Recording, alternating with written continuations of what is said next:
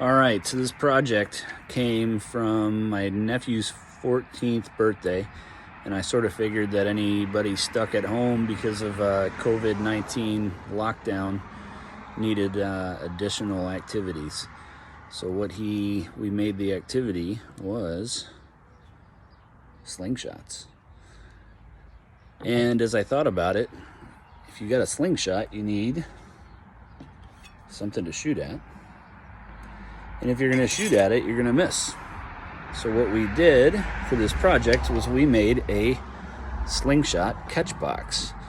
And I'm going to show you all the things you need, but the most important item is a Rubbermaid container. And most of this other stuff you probably can find hanging out around your house. So, and also for my engineering design students, I thought what I might do is actually show you guys a plan. So in a minute I will do that, but here's a plan. All right, so just like we talk about in engineering all the time, in product design and concept design, we always want to start with a plan. And even though I thought of most of this in my head, I still did design program or concept, right? I wanted it to catch clays, deaden sound, look professional, and be able to put it up and take it down easily. So obviously a Rubbermaid container is easy to come by, but we also need some additional parts. And I'll talk about those in a minute. The biggest thing, the easiest thing with the Rubbermaid container, this is 32 quarts, and I cut a portion out of it about that big, okay? Okay, so this part, you're gonna get some, when you take the scrap out of there, you're gonna get some leftover, which I got right here. And what can you do with the leftover? You can make a target with it. So my daughter, I told them I didn't want human targets or anything like that. So we took my daughter cut out a ghost. We made one of those for my nephew. My other daughter picked a flower. And what I did was I took that piece of scrap, painted it yellow, and cut out. These are just from like aluminum flashing. You could like even unroll a pop can or something, and then you get a little plink sound. And we just Sharpied them. You guys can see that, because obviously the more you ding them, the more the paint will come off. So if it's Sharpied, there's that. And this is like, could be fun for like a little brother or sister or somebody. Cool. Okay, so one of the things and the materials that I'm gonna say you should maybe get or find is an S-hook. And they look like this. And if you look at them, they're kind of flat. So if they're dangling from like a bolt or something to hang the targets on, the targets kind of fall off. So all I do is I put them in my bench vise like this, and I just close up the loop a little bit. And now you can see it's a little more pinched. That'll help. Okay, so for the tools you're going to need some type of hand drill, drill bits, framing square, or a tape measure. I use the framing square for all of it. Pencil. These are awesome if you don't have one. It's called a step drill, so you can make really big holes really fast, like I had to in the bottom, and that's where this piece is going to mount on. So the concept with this is that this pipe flange, which is 1.5 inches, mounts onto the bottom of the box. And this piece of 1.5 inch pipe goes into there, into the pipe flange. Right here, you guys might be able to see the whole thing. There's a threaded rod, which is 5 feet long. So I just cut a 10-footer in half. What I did was I was kind of thinking, maybe for reference, you know, you should kind of know how much you have in the ground. So I painted 16 inches high, figuring that would be a pretty good ground anchor. And then I just painted the rest of it black. So the threaded rod goes in the ground. Then this right here is 1.5 inch dowel rod that what I did was I drilled a hole in this end of it, and the hole comes up. I left about 5 inches or so, and the reason I did that was so that this can go down like so. Now you have something that you can use to really bear down on it and jam it into the ground, or even hammer on top of if you needed to.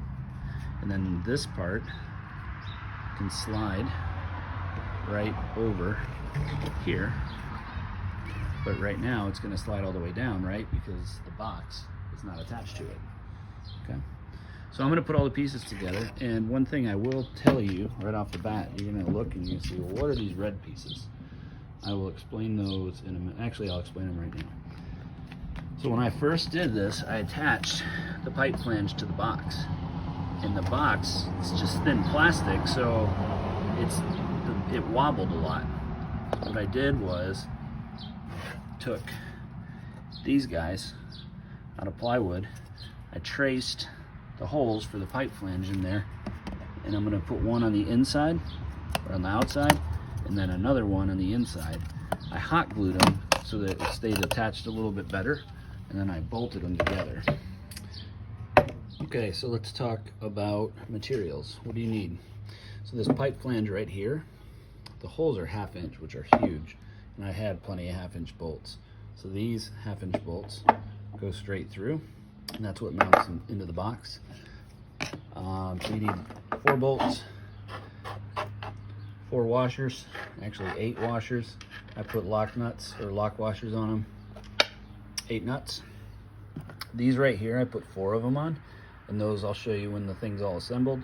These go through the sides of the box, on the top and bottom, and that's so I can hook like a old towel or something over it. You're gonna need 3 eye bolts or eye hooks, and those are gonna go through the top of the box to hold the targets on. You're gonna need some washers to trap these on both sides, okay? And then some smaller nuts that correspond with the sizes of the hardware you're using, okay? So this piece is gonna go on the top of the box. I'll drill holes and put the eye bolts through here, and then the targets will hang from those. These 4 are gonna come through the side of the box on the inside, and that's what's gonna hold on to the blanket or towel or whatever I use, or piece of canvas or something. Okay, so here's the inside of the Rubbermaid container with those J-bolts that I put in. If you use the ones I used, they are 3/16, which means that they're a 10/24 thread pitch. I got a lot on that end or coming out of it, so I'll cut those off. This stuff again is really thin, which is why I use fender washers, because they're big and they distribute.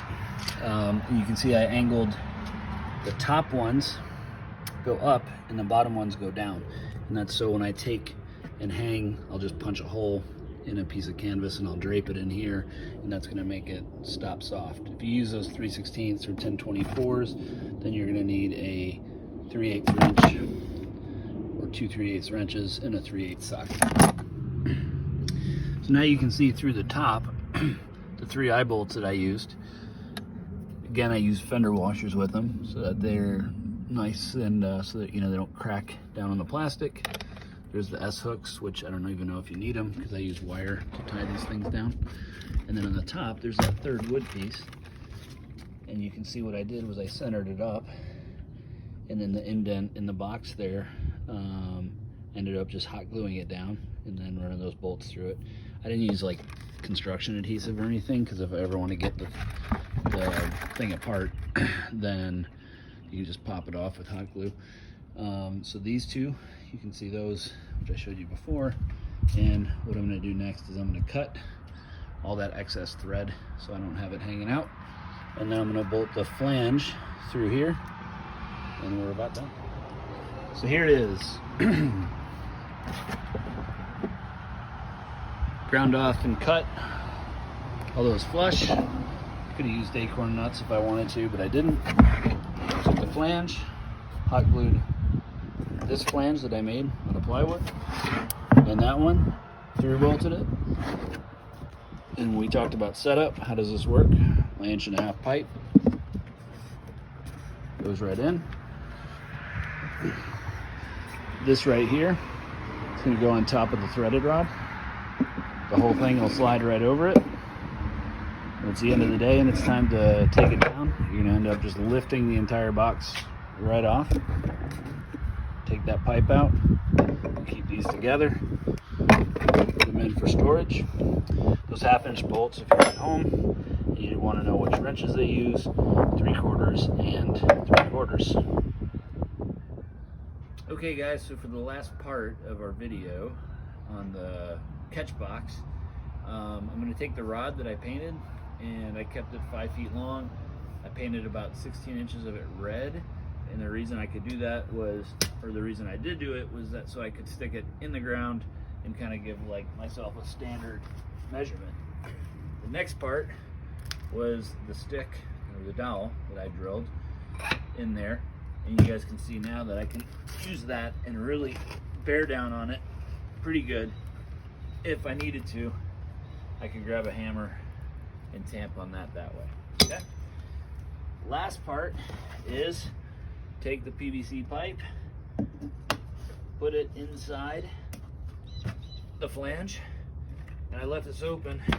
Those hooks that were on the side, you can see what they're meant for is to actually just take something, a blanket, an old scrap of material or something else, and wrap it in there, and that way when the shots hit it, anything that goes past, hopefully with those clay shots, it's gonna make it so like the ball or the clay shots don't, you know, flatten out or disintegrate or whatever, and then also deaden the sound. All right, so when I get done with all of that, I put my front on the box, slip the box over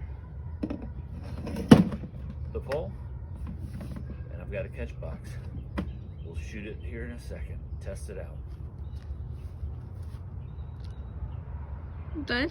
Yes. We're gonna give it a whirl. This is not an endorsement to fire slingshots at anything except stationary objects, but I still don't advocate it.